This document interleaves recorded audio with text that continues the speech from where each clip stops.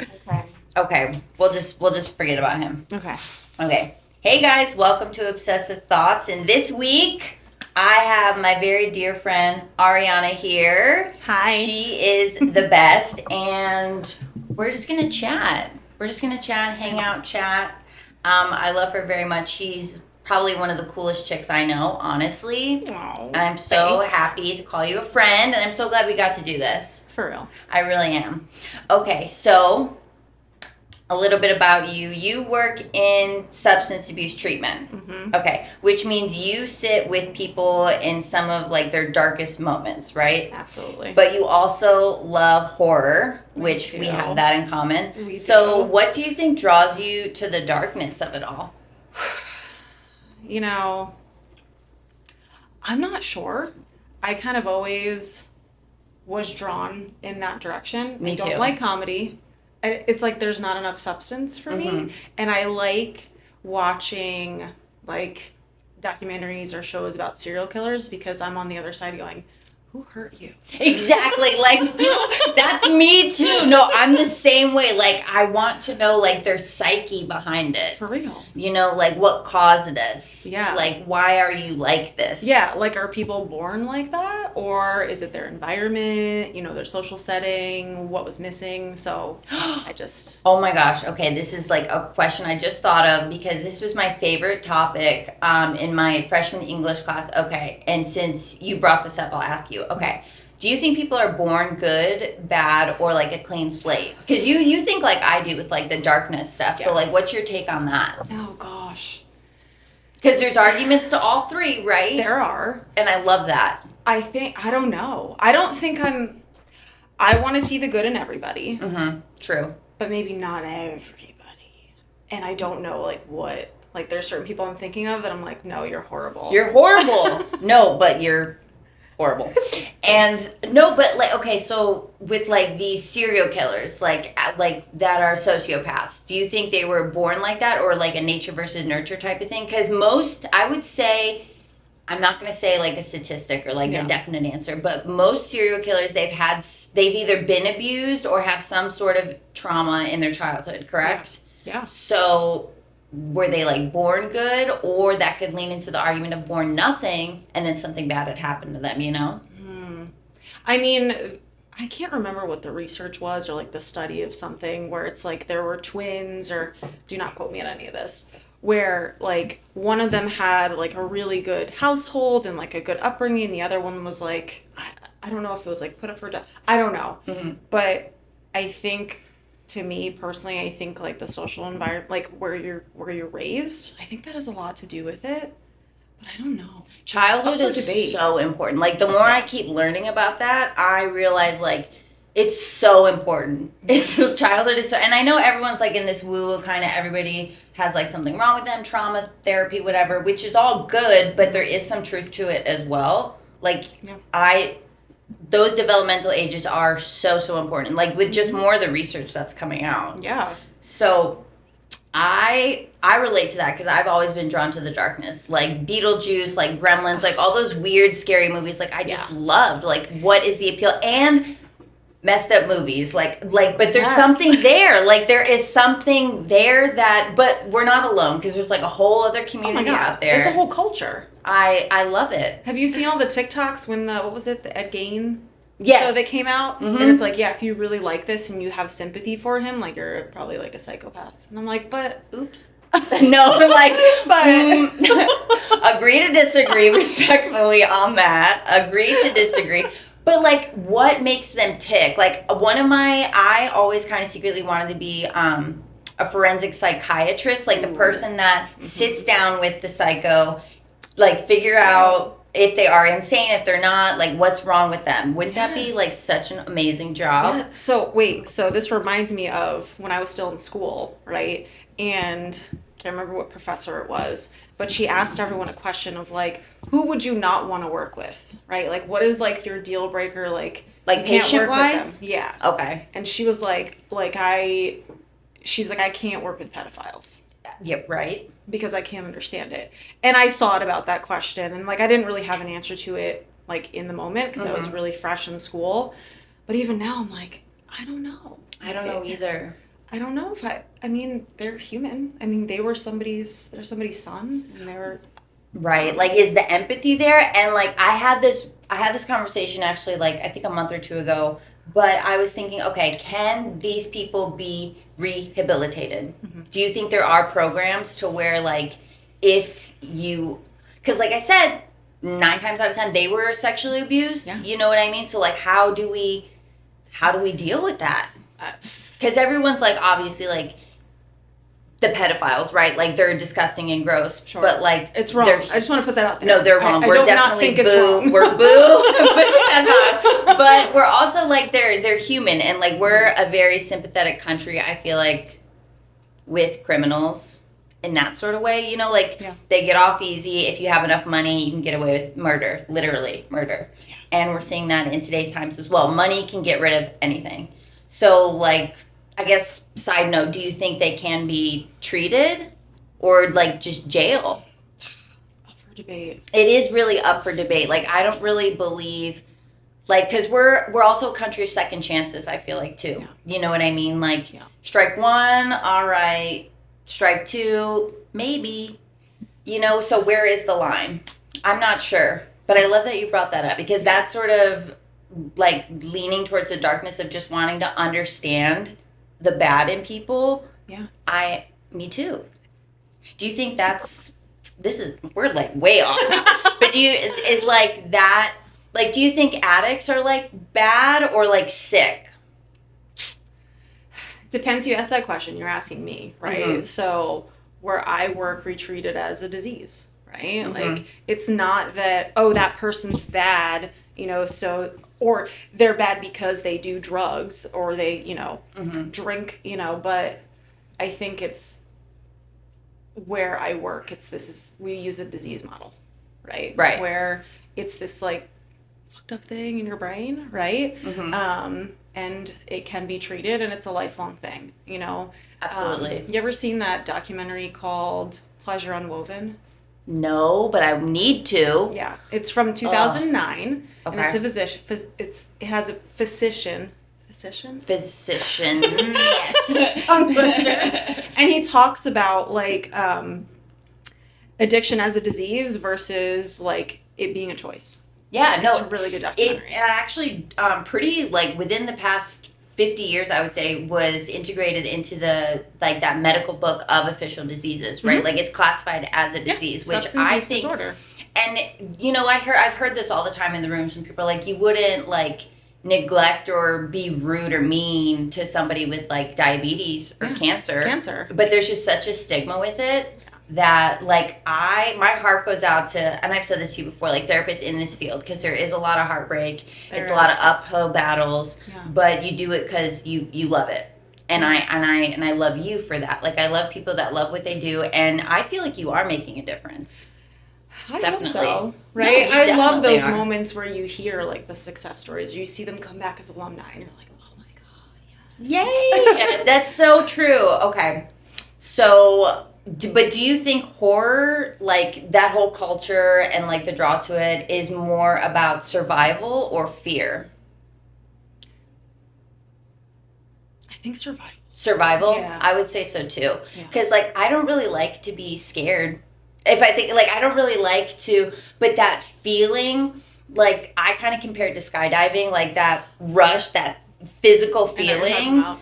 I love that. But if you were to ask me today, I would be like, yeah, I want to go skydiving again. But like right afterwards, I was like, never again. I hated it. And that's the alcoholic in me, because I'm like, I know I didn't like that, but like, let's make sure. Yeah, Enough time one has more passed. time. So I feel like, but I've always just been like a high energy, high intensity, high like physical feeling that's like not with substances. So I think it's about survival as well. And like the one movie that does that for me is the 28 Weeks, Days, Years Later, that franchise.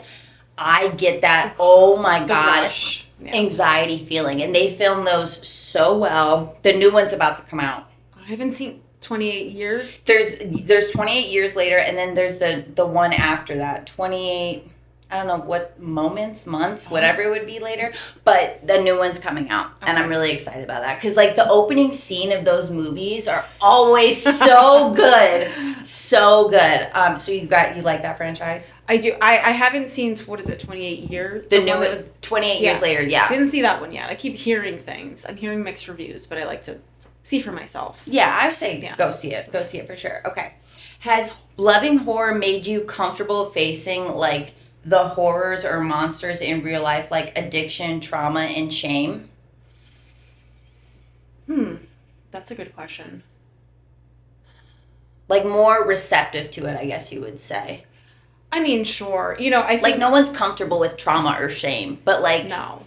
I mean, it gets to a point, though, where if you watch too much of it, you may get, like, desensitized. Mm-hmm. But... I don't know. I don't even know if one of them has to do with the other. I'm going to be honest. Like, I don't know. That's just a good question. So liking horror movies, that hasn't given you some sort of comfort dealing with, like, the horrors that you hear your patients go through? Or are you desensitized to it, kind of? Because, like, you've seen it, you know. Or you consume it a lot. If I start feeling like, oh, here's just, like, another, right, I have to bring myself back. Right. So in my field, we have a lot of supervision, like a lot of consulting. Okay. And we have to talk things through, like, cases so that I can remember, like, oh, this is a human, right? Because, like, my stuff comes up when I'm dealing with people of, like, oh, my gosh, again, or, oh, my God, I'm so tired. Yeah. You know, and then you talk to someone, you're like, you're right. You know, they're, like, they're sick, right? They have a disease, you know? Exactly. And so, yeah, I guess they do go hand in hand, right? It makes it a little bit... I become more empathetic. Mm-hmm. Yeah. Well, since I have you here as a therapist, I might as well just bring this. So we were talking about like messed up movies, right? Yeah. So I don't know why I do this to myself, but I need the curiosity. I'm going to just chalk it to curiosity. Mm-hmm. There's these two videos online. They're horrific. They're called Miss Pac-Man and Funky Town. I don't want to describe them to you, but I've not heard of they're very gory, very horrific, like cartels, like basically murdering people on camera. But like, it's true. It's real. It's real. And I'm like, and I felt so weird about it, but like people look out for that stuff. And I feel like I am desensitized to that kind of stuff. But I don't know if I do that maybe to feel like alive and invoke that. That's a good point. Oh my God, I do have empathy and I'm not a sociopath. Check. That's good. You know what I mean? Yeah. But I go out of my way to watch these horrific videos. Yeah. And I don't know if that's because of my own trauma and shame, but I've also always been like that. Yeah. You know I was just thinking that, like, people, well, I'm going to keep it on me. I won't, like, because I've had a lot of trauma in my past, maybe I'm comfortable, like, watching it. Because it's just what I know. Right. Yeah. Another, like, this is a fun one to talk about, too. Requiem for a Dream. I love that movie. And everyone's like, oh, my God. Like, on the internet, you'll see, like, just watch it one time. You'll be scarred for life. I'm like... I like it a lot. Like, I could watch, like, but not just the plot of it, but, like, the way it's filmed, the score. It's such a well-done movie. But I also see their point of view where it's, like, it's really fucked up. Because it is. It's a fucked up movie. But it's so honest as well with, like, what happens. Like, there's just 10 out of 10. I definitely recommend the movie. I like that movie more than Train Spotting as far as, like... I think I've never seen that one, but I've heard of it. Yeah, that's, like, a big cultural cult classic. And, like, The Basketball Diaries with Leonardo DiCaprio, that's also a really good movie. It's, like, he's a young...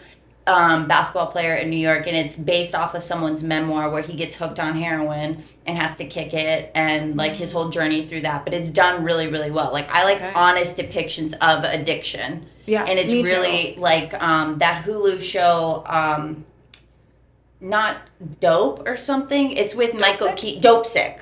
That was also really good too. I enjoyed that Hulu series as well. Yeah. I like when they make it more realistic, right? Yes. It's like, that's when they show sermons, like, that's not what that's like. That's not what that's like. Right. Like, they try to scare everybody with, like, it's always so funny to me. Like, the syringe would be, like, this big, like, the steroid needles, and it's, like, a huge thing. And I'm like, all right. I understand the scare tactic, but, like, be for real, too. But, like I said, maybe I don't know what they're trying to do. I'm not a director. That's not Not my business. Mm-hmm. Okay, so do you have a comfort horror movie? I do. What is it? What Well, is it? when I I'm so first walked excited. in and I saw your slippers, I was like, wow, that's very ironic. And I love that you like that I posted the me on March 1st. Yes. That was for you because I love that scene is so funny where he's just being a goofball in the corner. Like I love that. So that's like that franchise is like comforting. Oh yeah. So I love Art the Clown. Me too. Right. He's misunderstood. Thank you. Right? He's just a silly goose. He He's is. such a cutie pie. He is. I watched the first and second one, right? And I didn't see the third one. Mm-hmm. So let me backtrack. Okay. Saw the second one, and I think after I saw the first two, I had my husband watch those two, which was quite hilarious because he does not like blood at all. And for anybody who knows these movies, they're it's very like gory. Up, you know, I'm kidding. No, that's completely fine. That's fine. They're very gory. So I didn't see the third one until Horror Nights came. Okay. I said, oh my God. I need to because you guys went to the house, so you wanted to watch it ahead of time. Okay. So I had all of my friends watch it. A screening party. Yeah, and some of them didn't enjoy it. I had my one girlfriend say, I have a headache, I need to go lay down. Okay. Not having your feelings hurt. You know what? And when we went to Horror Nights, it was so fun. I had my little backpack on with art. And when we went into the house, I saw that, and I'm like, all the little arts were... When I saw him walk, because that was my goal. I was like, I need to see him walking around. Yes. I didn't get to have an interaction, but I saw him, and when I say I beelined, I was like, I was like fangirling so hard. But again, with the messed up thinking, here's what I say. He takes the murders too far. He goes a little, it's not like an innocent, respectful kill. It's really... It's too much. But we don't know. And the fourth one is coming out next year. I read about that. And it's going to be about his childhood. I'm so excited about that. Me too. I want to see. Obviously, we're going to be there at the midnight showing. We should pencil that in. We should. Because I love that you love him because a lot of people are bringing up the way he kills women is horrific, making it into a thing that it's not. It's a horror movie. Yeah. What do you expect from a B level that started out as a slasher film? Yeah. Hello? Read the room. People are putting their opinions and stuff that it just doesn't make sense. Have your opinions, but I think it's the culture too. People make things out, and some things are very valid, but people like to make things out of nothing. It's the internet. And Damien Leone, the director, he said in the third one, when a spoiler alert, I guess, whatever, it's been out for a while, so if you haven't seen it, that's on you. Where he murks the child in the third one, but it's not on camera, and he's like, okay, there was a very fine line with we're gonna kill the kid, but we're not gonna do it on camera. So he did have some sort of sensitivity in that regard where he was like, we're gonna push it, but we're not gonna, because you hear it and it sounds horrific and you see the aftermath, but not an on-screen kill, which I feel is that line that he's talking about. We're pushing it to give people what they want, the extreme gore scare tactic, but also not showing that actually happening. Now that you're talking, I'm thinking about what brings me, what pulls me in. And I don't know if it's the pushing the envelope, right? I like pushing the envelope. Watching that whoa, I can't believe this is on screen right now. That shock factor. Yeah. I've always been curious. I've always been how far can the human psyche go? That's the sentence. How far, when does it, and the framing that they use on the fucked up movie TikTok is when does it become from entertainment to exploitation, which I don't think the Terrifier does. It's a whole. If you really watch it, he's so funny, but he's so silly. He holds the door open for people. He gets excited to see Santa. Yeah, he rides on a bike. He's waving. Laughing. Come on, how can you not love him? But that's what makes this the newest movie. I'm so interested in it because I want to know where. Where it all came from. Yeah, no, definitely. We're definitely going to circle back on that. We're big fans of Art the Clown. And also, side note, the actor's story, David Thornton, his story is pretty cool. Like, he was just like like a stage actor in New York City, trying, and he like did some mime in his like training, and he showed up and he got it, and now he's like a superstar. And I just think that's so cool. He was like a teacher in school, and he never gave up on his dreams. So we love an underdog. We love somebody that makes it through. Yeah. Love David Thornton. Love Damien Leon. Is that how you say it? Leon. You know what I'm talking about. Okay. Anyways. Okay. Now we're gonna shift to addiction healing and facing those inner demons. So when you work with clients in recovery, what do you see what I mean? Okay. What do you think the real villain usually is? Is it the substance, shame, trauma, isolation, or something else? Or all of the above.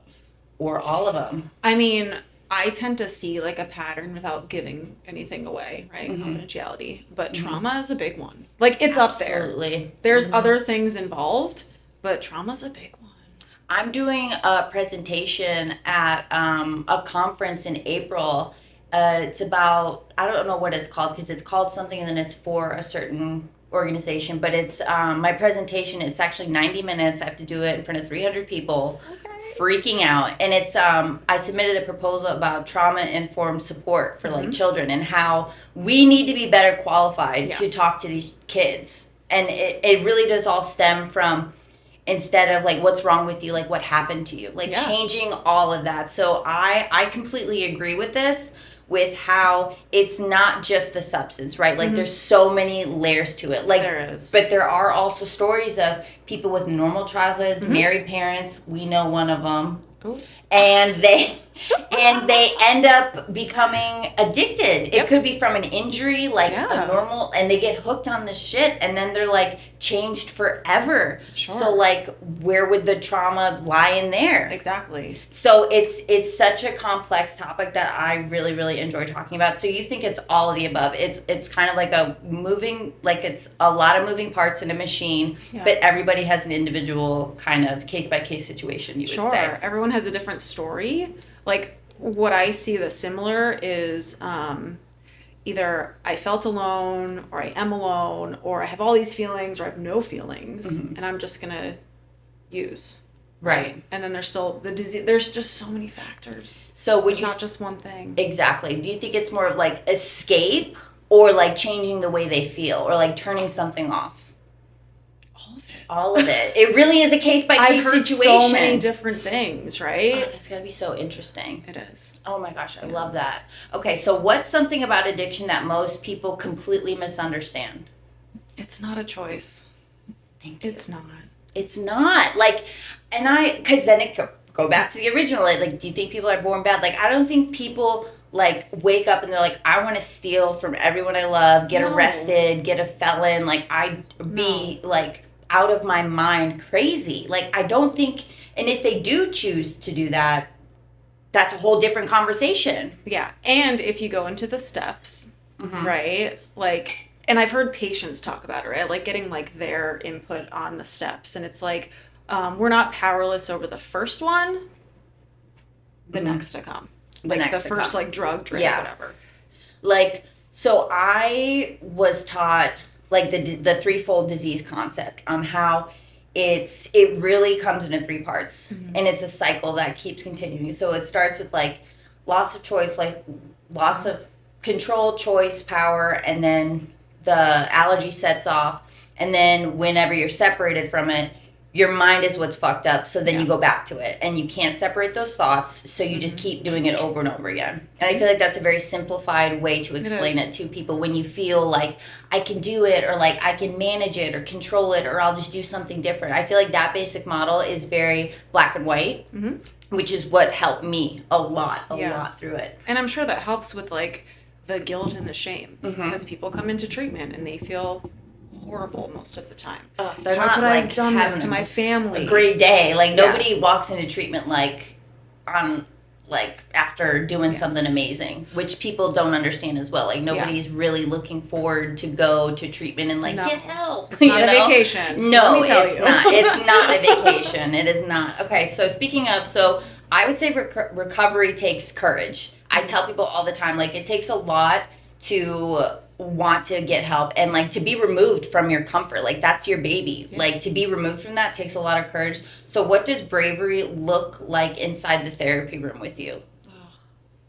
I mean, one of the first things I say is, I know that this could maybe be weird because I'm a complete stranger to you. So the bravery part is sharing your story, sharing anything, honestly, because some people come in and it's their first therapy session ever, right? Or maybe it's their 100th and they've been to treatment like 10 different times already, Yeah. right? And so that, and then let's see, so opening up for the first time. And then the other part, I think, is coming to treatment for the whatever number time Yes. and doing it again. Still trying Not again and giving again up. and again. Yeah. Exactly. And that's definitely heavy on my story. Like, I was a menace and I kept coming back. I kept trying. I kept trying, and I didn't give up. Yeah. So I feel like that, and I also take that time to say that to clients as well. Like, hey, it could be your 100th try, but don't Yep. beat yourself up because you're here. Yeah. You know what I mean? Keep coming back. And you're trying. You're trying. You are. And I just, like, get so proud of people. Like, even if they are, like, one thing makes such a difference, you know? And we have to change everything, which people don't understand. It's not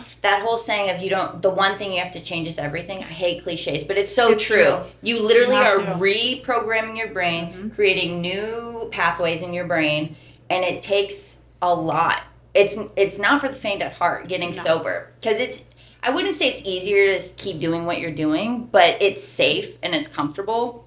And you could just continue to be miserable. Sure. Or you can make a change. And change is scary for anybody. Oh, super scary. Ugh, I love that. Okay, so how do you protect your nervous system after holding space for so much pain? You mentioned that earlier, so how do you kind of like separate it or keep yourself sane? Yeah. Yeah. The job is really hard, right? The patients, they have a hard time coming in, and that job is hard. And then our job is hard as well because we have to hear all the stories, right? Sometimes I feel completely helpless, right? Especially the patients that come in and go, I don't even want to be here.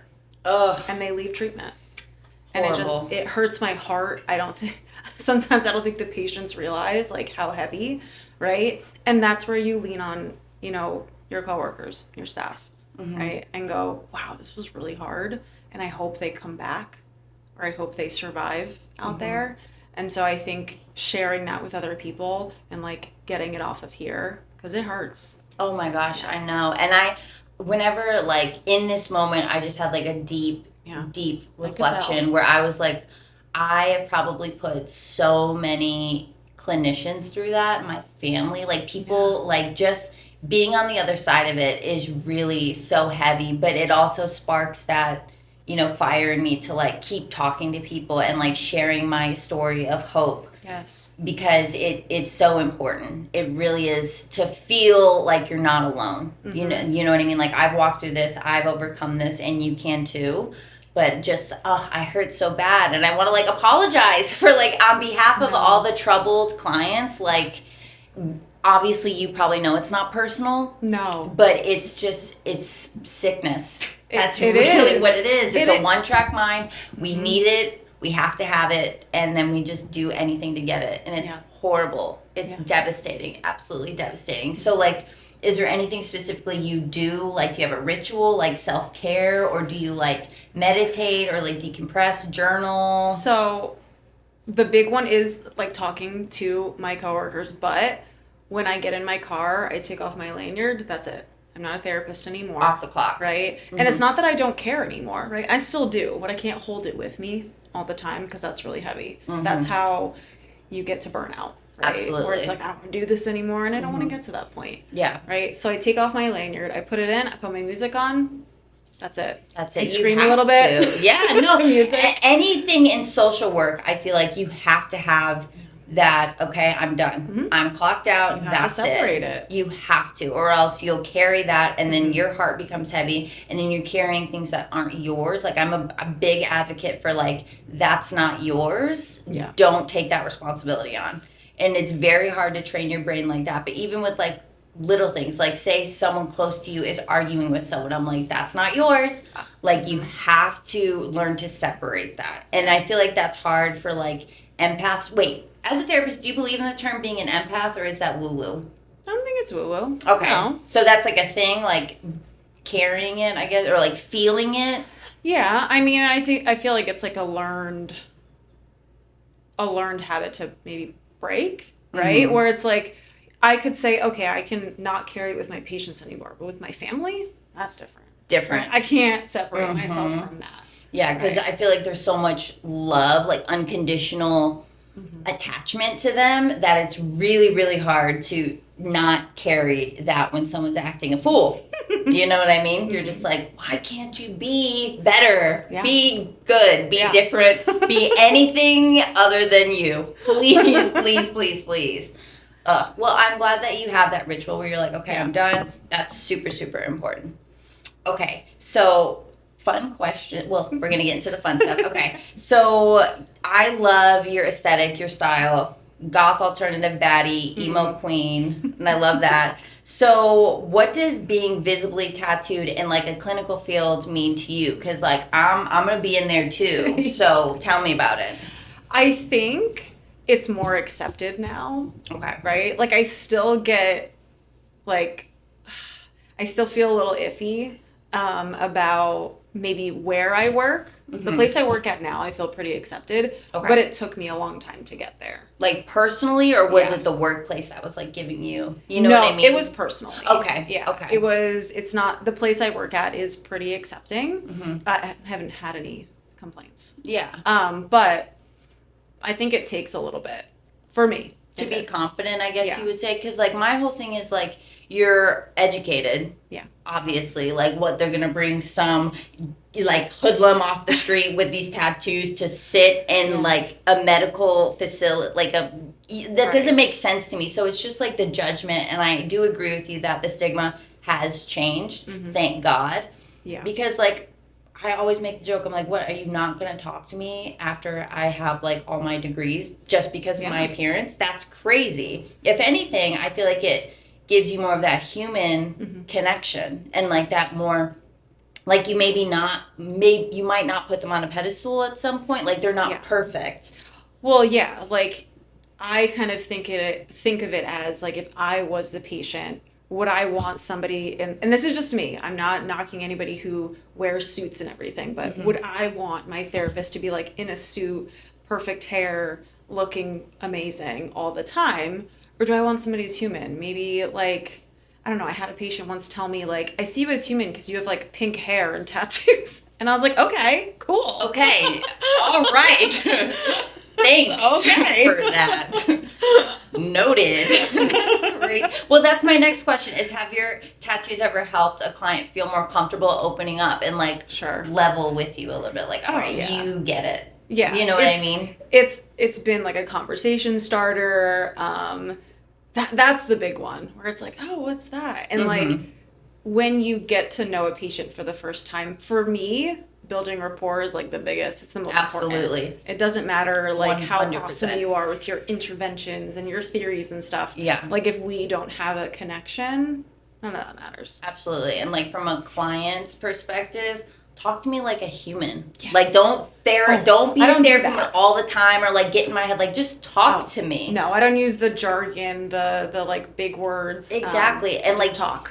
What's really tricky about alcoholic minds, I feel like, is we're prone to smelling bullshit right away. So we can tell like if you're just blowing smoke up my ass or whatever. If you're if you're putting on a front, that's it. I can't work with you. I can't trust you. I'm definitely not going to tell you what's going on in my head. Right. So I feel like that's really cool that like you had that right off, like that advantage. So in your opinion, do you think, when you think about tattoos, do you see them as like storytelling, armor, art, ritual, or something else? I think I thought about that question for myself too. I like that. Yeah. I like it because maybe it could be like different for everybody. Because for me, early on when I was getting them, it was, I didn't really like my body, right? So I was like, okay, if I like put tattoos on it, maybe I like, it'll hide from my body image issues that I had. And now it's more so art for me. Yes. It's not armor anymore. Maybe it used to be. It was like, I don't like this. And now it's just like, that's cool.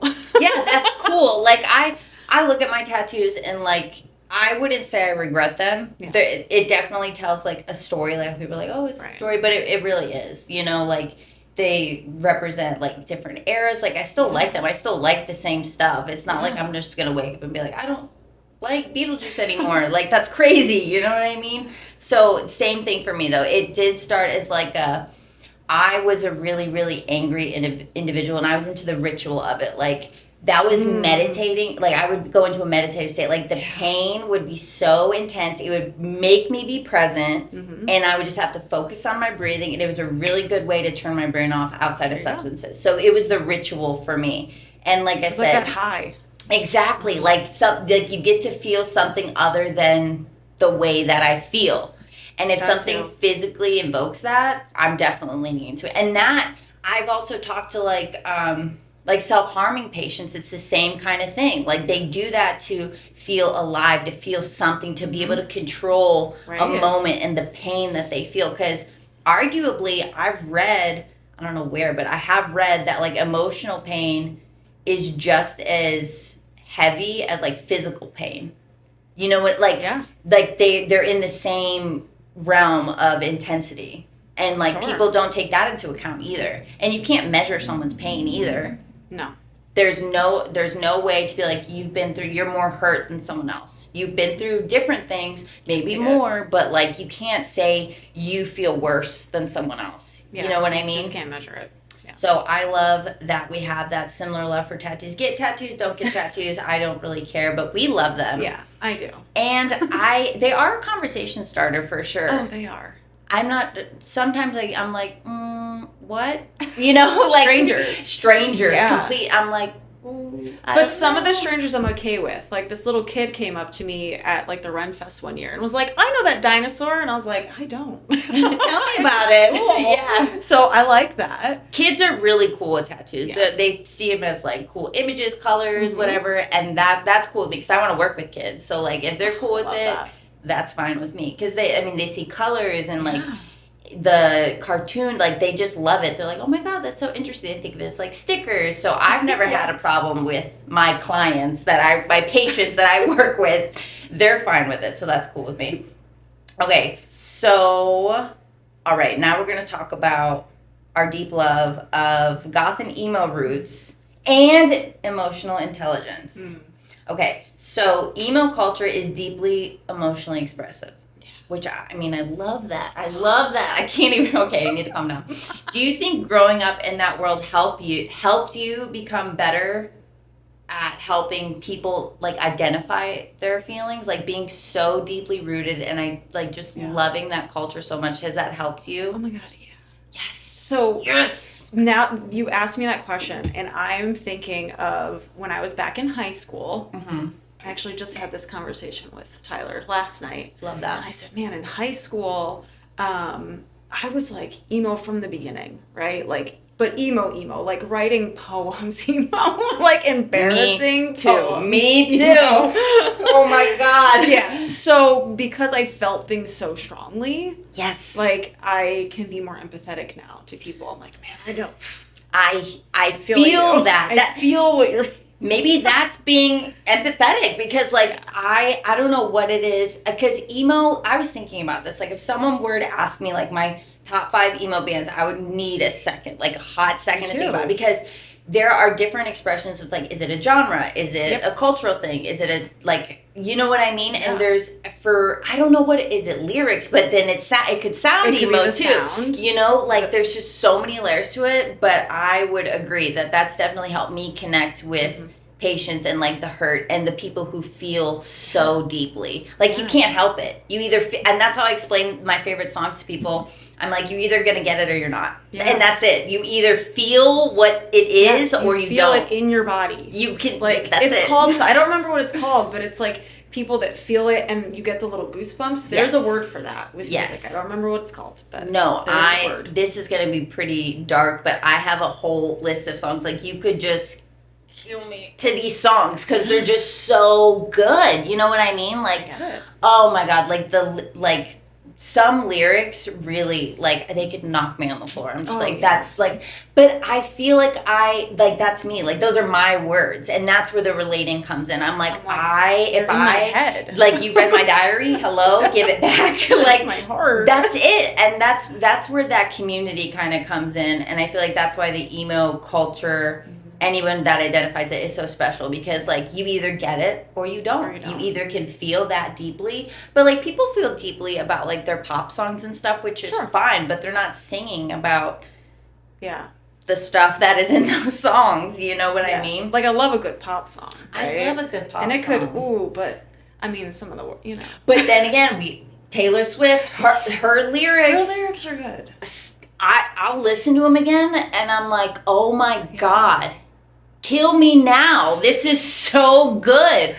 But I mean, like, artists, like, there's something with music with me that I just really adore, because they have a way to make emotions, like, you can verbalize emotions. And I've always had a hard time with identifying and being able to speak my emotions. So those songs really have found a way for me to, like, they give you a voice, but that's it. That's it. Okay. So what song does that for you? Like, just rips you open. You could just melt on the floor, pass away, too. So I thought about this the other day. Okay. And it was a song that reminded me of high school. Pretty sure it's Matchbook Romance. Okay. The greatest fall of all time. For some reason, it's the lyrics, but it's also like there's singing and there's like screaming in it too. And I just feel it. Like, I feel it. They could I get it. saying nonsense, and I'm like, I feel it right here, like in my heart. Oh, that's it. So what's it called? The greatest fall of all time. The greatest by Matchbook 20. Matchbook Romance. Not Matchbook. Matchbox 20. It's like a completely different genre. What planet am I on? Matchbook Romance. Yeah, but it reminds me of high school. That nostalgia. So it brings me back to like I was an emo depressy kid back then. Me too. Like, and I think about it, like those videos where it's like you're listening to like really sad songs and you're like 12 years old on the bus. Like, what was I like so sad about? I'm like one of them was like Adam's Song by Blink-182, and I'm like 11 years old on the bus, like really feeling it, not knowing the depth of that song, but like hell yeah, like I was getting it at that age. Not really, but I was emotional intelligence. Thank you. There you go. Emo people are emotionally intelligent. We're saying that and we mean it. Okay.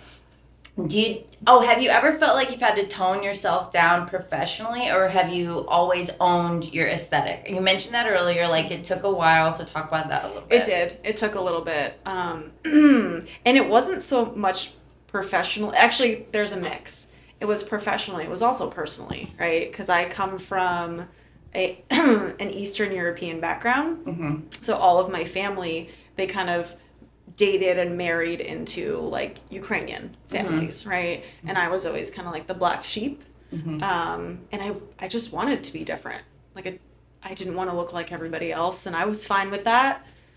My home life wasn't really like supportive of that, right? So did they just not understand it, or they just didn't accept it? Maybe rejected the idea. My dad was not born here, right? He was born in Poland, right? And then came here, as like a 14-year-old. And so he's still like in that mindset, that old school mindset. Yeah. And so anything that was different was like bad. Yes. It's like, no, like you look weird. Yeah. Right. And so it took me a while. Separation, right? My dad is amazing, but he's very old school. So it took me a while to like, I'm going to be almost 40 and I'm still getting to know who I am. Right. So it's like, it's still a process for me. So it took me a little bit, but I'm getting there. Confidence is key. It really is. And like that personal journey really, specifically women, I feel like have a much longer way to get to that like self-assured, because like at our age, this is where it's at. I've heard it gets better as you get older, but it seems like it. You couldn't pay me to go through my 20s again. Oh, no God. Way. What a time. No, absolutely not. You couldn't. I'm so glad to be my age now and not even know what I know, but to just know who I am a little bit better. Yes. A little bit better. And maybe it was the hard times. that made me learn a little bit faster and like more clearly. But I love being a woman that's aging. Me You know what too. I mean? Like Me too. it really, that self-empowerment, I feel like we all have to learn on our own because society definitely doesn't help us. Yeah. Yeah. So it's hard. It's hard for everybody, but women. Yeah. It's difficult. It really is difficult to kind of make yourself feel proud and like be okay with what you have. Like that whole imposter syndrome is so real. Like, do I deserve this? Am I qualified to be here? Am I doing a good job? Are people mad at me? Do they like me? Have you seen the Barbie movie? Yes. Do you remember her little like speech that she gave? Absolutely. Yeah. And I was like, I cry every time. Me too. I'm like, I cried. That's me. I loved that movie. It was so good. But like that, exactly. I think they did such a good job with conveying that message. They really did. Okay. So stepmom life and breaking cycles. Okay. So being a stepmom is such a nuanced role. Yeah. So what is something people do not understand about step parenting from the number one best stepmom in the entire world? Oh my God, where do I begin? Mm-hmm. That's hard. So you, as a stepmom, right, you don't know what you're getting yourself into because you don't know what's going to come up, right? So there's like the difficulty of, okay, I'm going to try to be like this kid's mom, but she has a mom, right? So then like, where do I fit in? Yeah, that dynamic has always seemed so difficult, like tricky to navigate. And I've always had so much respect for it just because there's that curiosity, right? So I'm like, I don't know personally how I would walk into it, handle it. So how old was your stepdaughter when you kind of entered into her life as like someone that wasn't going away? Like, okay, I'm here and I'm staying. How old was she? I mean, we kind of knew from the beginning. Okay. Me and my husband, we knew that we would be together for a bit, forever, hopefully. Yes. Husband? Yes? He's... Okay, thumbs up. We got a thumbs up. Okay. I think she was 4 or 5. Okay. Yeah. Okay, yeah. So, oh my gosh, like It's been a while. So how did, oh my God, like tell me okay. I need to calm down. I'm getting ahead. So were you, like, how did you make it to where she could feel safe around you? Like as a parent, as somebody who's going to love her unconditionally, as somebody that can guide her, protect her. Because like as a child, that's what inner Lena wanted to ask. Like, so how did you make her feel like safe? I mean, I was just myself. I really was, right? And like it took a little bit. Kids also smell bullshit too. Oh, they do. They can see a fake from a mile away. So I love that. The authenticity was probably what. Yeah. I mean, I'm she's not here. I can't ask her, but if little Lena, like that's what would give me the green light to like let someone in, trust, and like guide them, I guess. Because my big thing as a child is I didn't trust anybody because of my dysfunctional dynamic. So when someone would tell me what to do, I'd be like, no, because you don't have my best interest in mind. I don't trust you to have my safety, like my best interest. Like, how do you know what's good for me? Yeah, and you have to let it happen organically, right? Like, I never pushed her into anything. I never, asked her to call me mom or anything like that. I knew going in, like, you have a mom. And I'm just going to try to, like, find, like, where I fit in and, like, find my role. And, not really push too much. Because, coming from, a blended family, like, the kids don't really get much choice, right? So I wanted to give her as much choice as I could, anywhere I could. You're healing the generation, by the way. But like with just this mentality and like your emotional intelligence and like your openness to all this, I feel like is really impactful. Which brings me to my next question: what do you hope your stepdaughter learns from you, watching you live authentically? I hope she does the same thing. I hope she can just be herself, because she's in an age where kids are mean, they're nasty. You can't imagine what they're saying. Oh my God. She's in middle school? Gonna be. Oh, it hasn't even started yet. Like, I mean, but like, I get but like, kids are so mean. Middle school is where it was the worst for me. Elementary, but like middle school, vicious. Like, just so mean. And then you Yeah. want to ask him, who hurt you? Like, what's going on at home? Hello? Because yeah. That's what we talk about when there's like bullying or anything going on. You know, like we've like tried to teach her like bullies, they feel this small, so they have to make you something feel within smaller. them. Yeah, and like we don't know what's happening in their house. But like I really want her to be herself no matter what. And I know she's gonna go through those phases. Yeah. Where she's not sure, maybe. And I want her to like advocate for herself. Yeah. Have that voice. Are you teaching her to like be against bullying too? Like if she sees Yeah. someone being picked on, no, We've gotten, no. oh yeah. We're not doing that. We've gotten her books on that too. Good. Yeah. No. I love you guys are parent number one parents. I love that. Okay. So what does breaking the cycle mean inside your own home? With perhaps instilled cycles that like maybe she saw and then like you come into the picture as like I would say a healthy, open-minded individual working in the field with the education that you have. So what does that mean for you? The big one that we're doing, and we've done in our home for a long time, is when you feel something, speak up. Let us know. Like you have a voice here. Having that voice is so important. And you're not in trouble if you speak up for something, right? Like share your feelings because all the feelings matter, right? I mean, coming from me, I'm a little biased, right? So that, and also like, I'm not perfect either, right? I still have trauma in my family. So I do things wrong sometimes. Yeah. And then I come back and I've said sorry to her, which I'm not very good at saying sorry. Really? Surprising. But I try to do it in my family. I try to show her like, I'm saying sorry too. I don't do the whole like, do as I say, not as I do. You know what I mean? Because she picks up on that. Yeah. I'll be like, what is she doing? Oh, I do that. Right. Oh my gosh, that's so much pressure, but like navigating it as gracefully as you do, I admire that so much. So, okay, when you think about being a stepmom, what feels the most sacred about it? Like with your relationship to it, the whole journey of it? I think for me, like just having my own relationship with her, right? Not like, oh, I'm like your dad's wife. Not like I want, because sometimes it's hard to separate like her relationship with her mom and her relationship with me, where it's like I gotta stop comparing. Does she like, the only way is like staff splitting? So does she maybe at times? Maybe.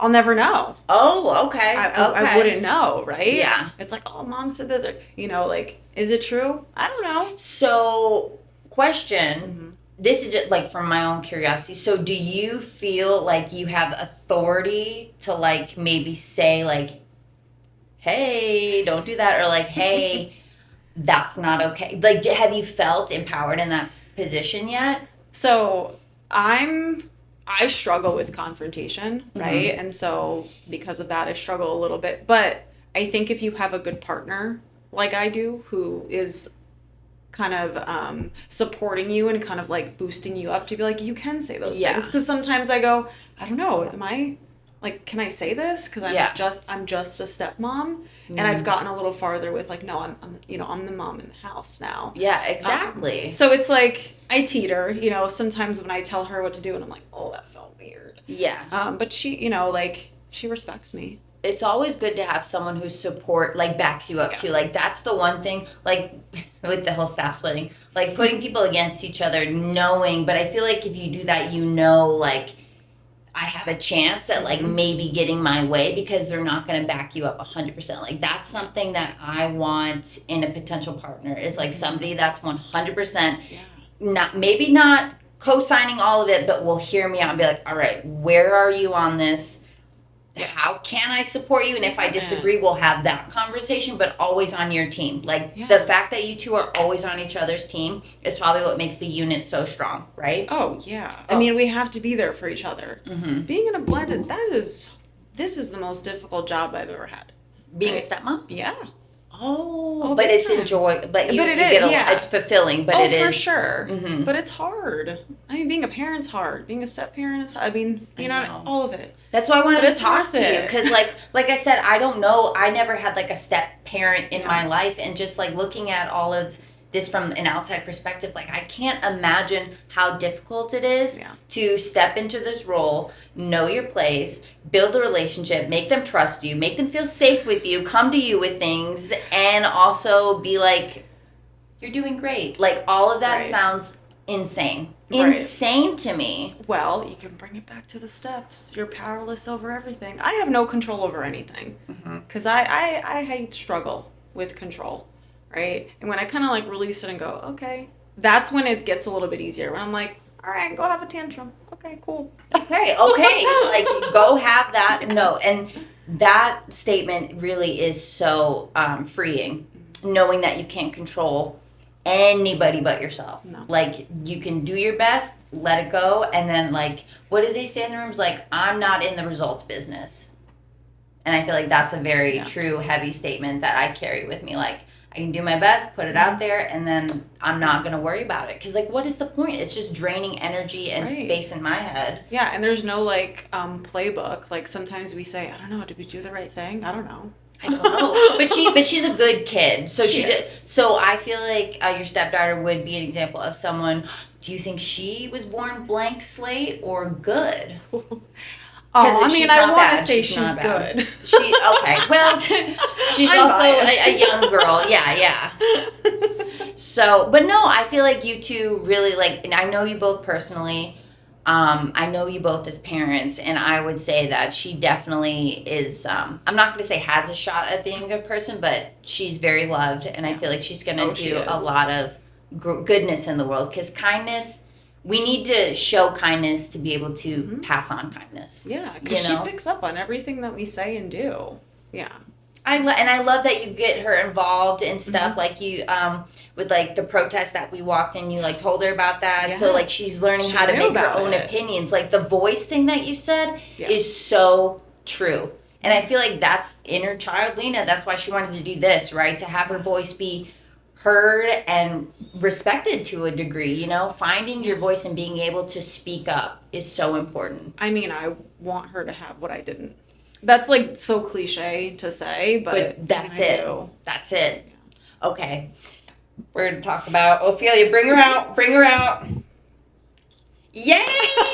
She's here. Okay. Sourdough and slow healing. Okay. Yeah. So sourdough, you're telling me about it, is about feeding something every day and trusting slow growth. Mm-hmm. Okay. Does that mirror anything for you, like professionally, work, like? Sure.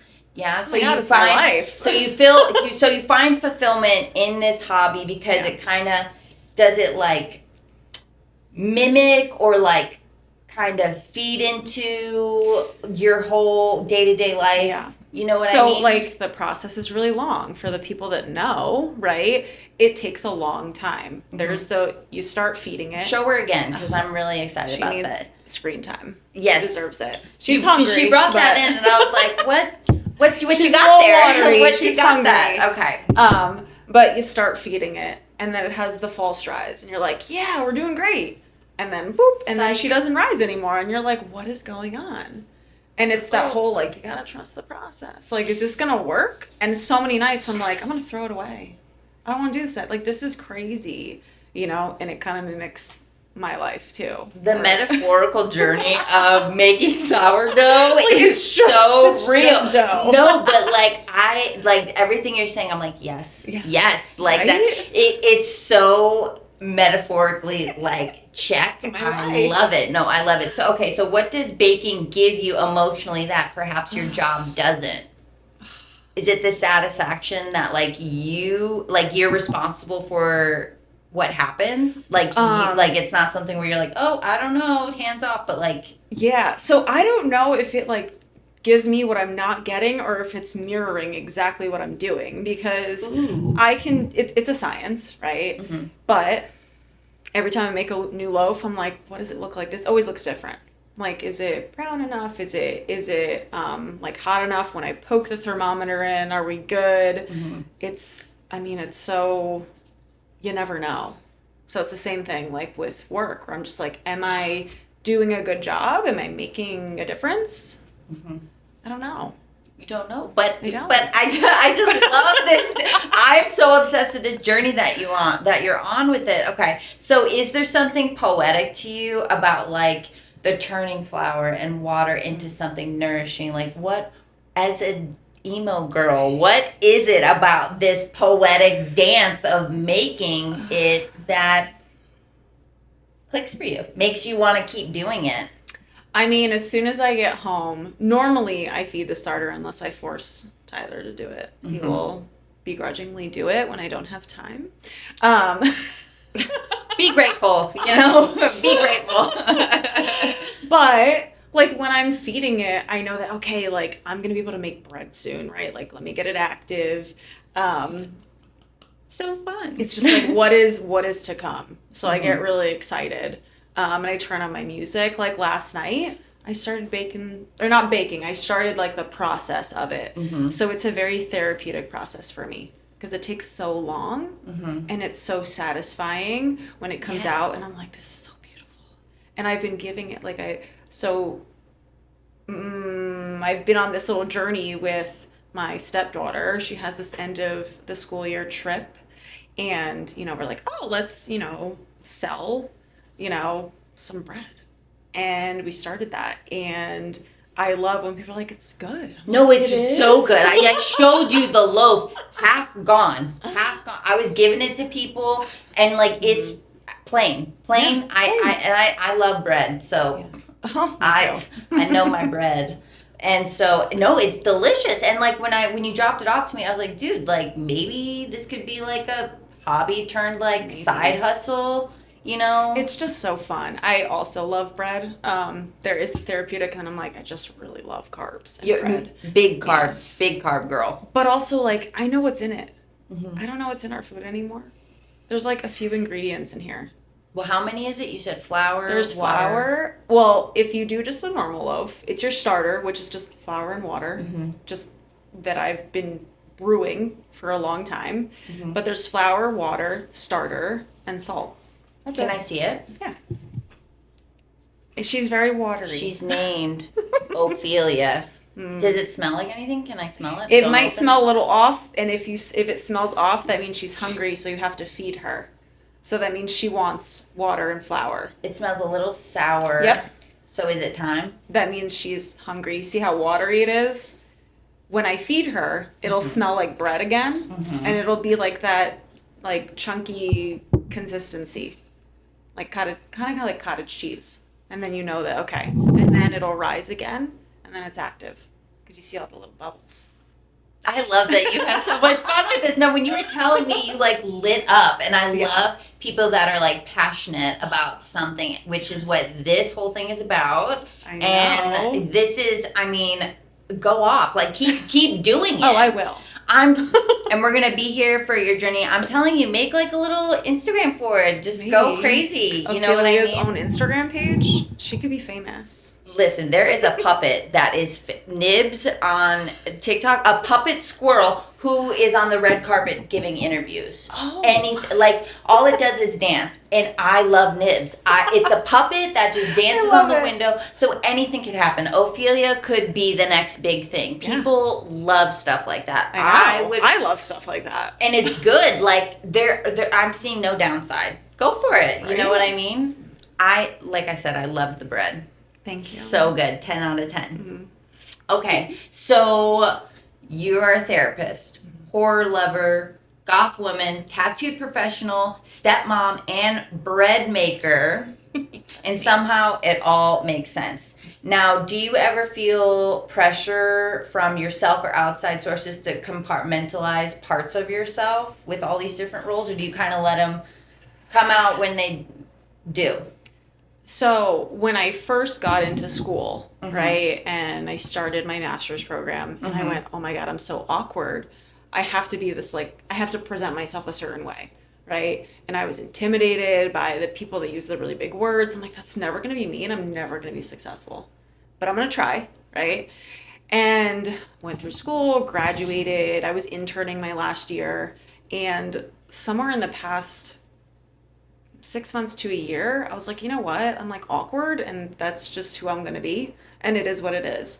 And I like to bring that into session, not like self-disclosing the whole time, but just like this is who I am. I sit in my chair with like my feet up, and I Mm-hmm. drink my water in session, which is a controversial topic. Very weird, I know. Would Yeah. that like signal like not paying attention or Yeah, something? kind of, but it's like I'm human, You're right? thirsty. Like I I wouldn't think move anything. I around. wouldn't like write a grievance like my therapist took a drink. You'd be I'm surprised. leaving You'd be right now. surprised. That's crazy. Yeah. So I used to do that, and now I'm more myself. And I'll say that because maybe I'll like reach that person that's like, oh, I'm kind of weird too. And like she's like, Welcome. okay. No, I'm come, like, come on. yes. I love weird people. Same. Like the weirder, the better. You know Yeah. what I mean? Like if you're so authentically yourself, I'm such a fan of that. Right? Like I think that's great. Be goofy, be silly. You Yeah. know, just don't be anyone but yourself. Yeah. I'm really like that. Really resonates with me as like an outsider. Mhm.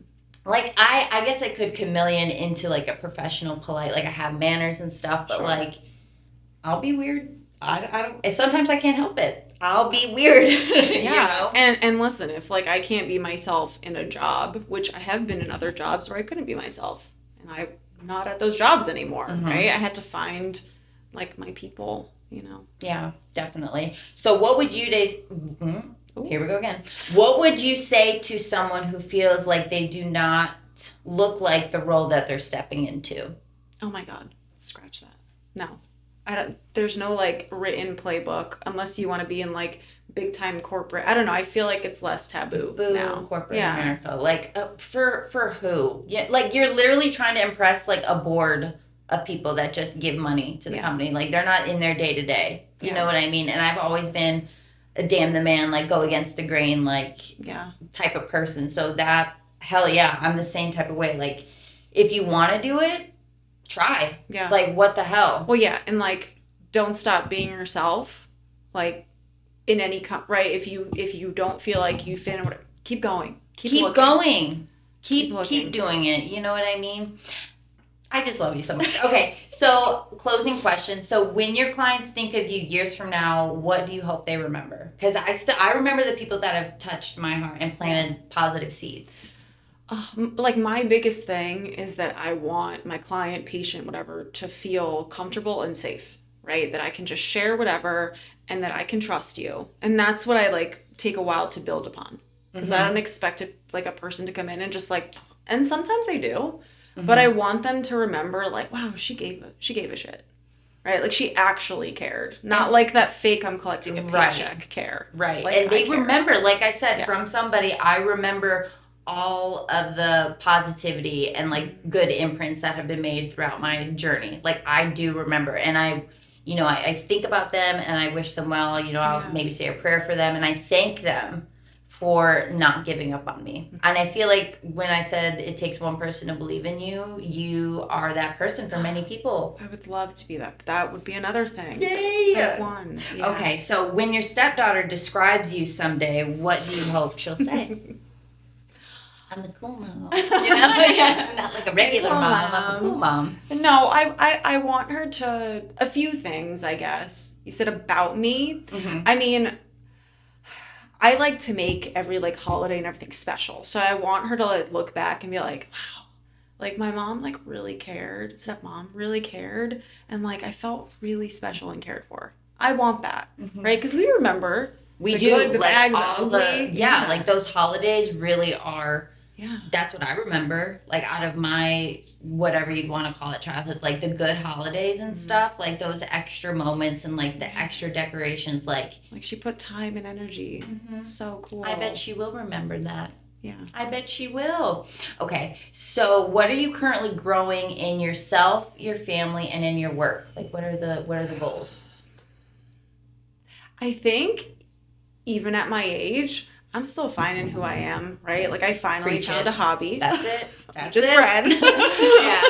I'm trying to like live a life where yes, I have this job that I love and this hobby that I want to find that like peace, contentment, like I feel good. You know that like breath of okay, okay, Mhm. here I am. I made it. Yes. No, I love that. So do you have any like professional goals or like you're all right now? Like, I'm okay where I'm at right now, right? Mhm. Like I like working in treatment. It is very difficult. It's very exhausting, but I think I've found like my outlet with Ophelia. She's just my Mhm. outlet. But Oh, I love that, Ophelia. yeah, We adore her. but my like long-term goals are private practice so I can have my own freedom so I could see my family more. Like that's my big thing. Like I love what I do, but I also like want to be there with my family. So if I could do both of those things, that'd be great. That's it. Yeah. That's what everyone wants. Yeah. Okay. Now, last silly question. I don't think I've ever asked you this. What's your favorite tattoo out of the million gajillion that you have that are showing right now? I guess we could do. You know, because I know you have a lot on your legs as well. Normally it's like the most recent one because I'm like, oh, It cool. changes. Like yeah. you got to catch me on It's a day. where I'm It could at. be one. Yeah. So Like- which one today are you feeling? This is my new one. I don't know if I could show the camera. He's a little guy right here. I love that. It was I think it was my first Friday the 13th tattoo. Yeah. Stop. That's so so cute. cool. Is it, so it's like a what? Okay. It's like a little lizard that Lizard. goes. Yeah. I'm thinking. Harry Potter came to mind. Like, or no. The Holes. You remember the movie Holes with the Yeah. spotted lizards? I That's think, what I like thought Jurassic Park maybe where Mhm, and they like spit. Yes. Yeah. I need that kid that knew my dinosaur. He would definitely know what this is. Oh yeah. To find that kid. Hey, buddy. What's this? That's so cool. Oh my gosh. See, we had so much fun doing this. I had so much fun. All right. Well, I love you, Tyler. Love Thank you you too. for joining us. Yes, thanks for being Husband here. is still here as well. We love him too. You guys are the best. Thank you for coming by. Thank you. This was so fun. Yay! Thanks for having it me. really is just so fun. You know, It I get to is. talk with my friends, and I love that. I I love love that. it. All right, guys. See you next time on Obsessive Thoughts.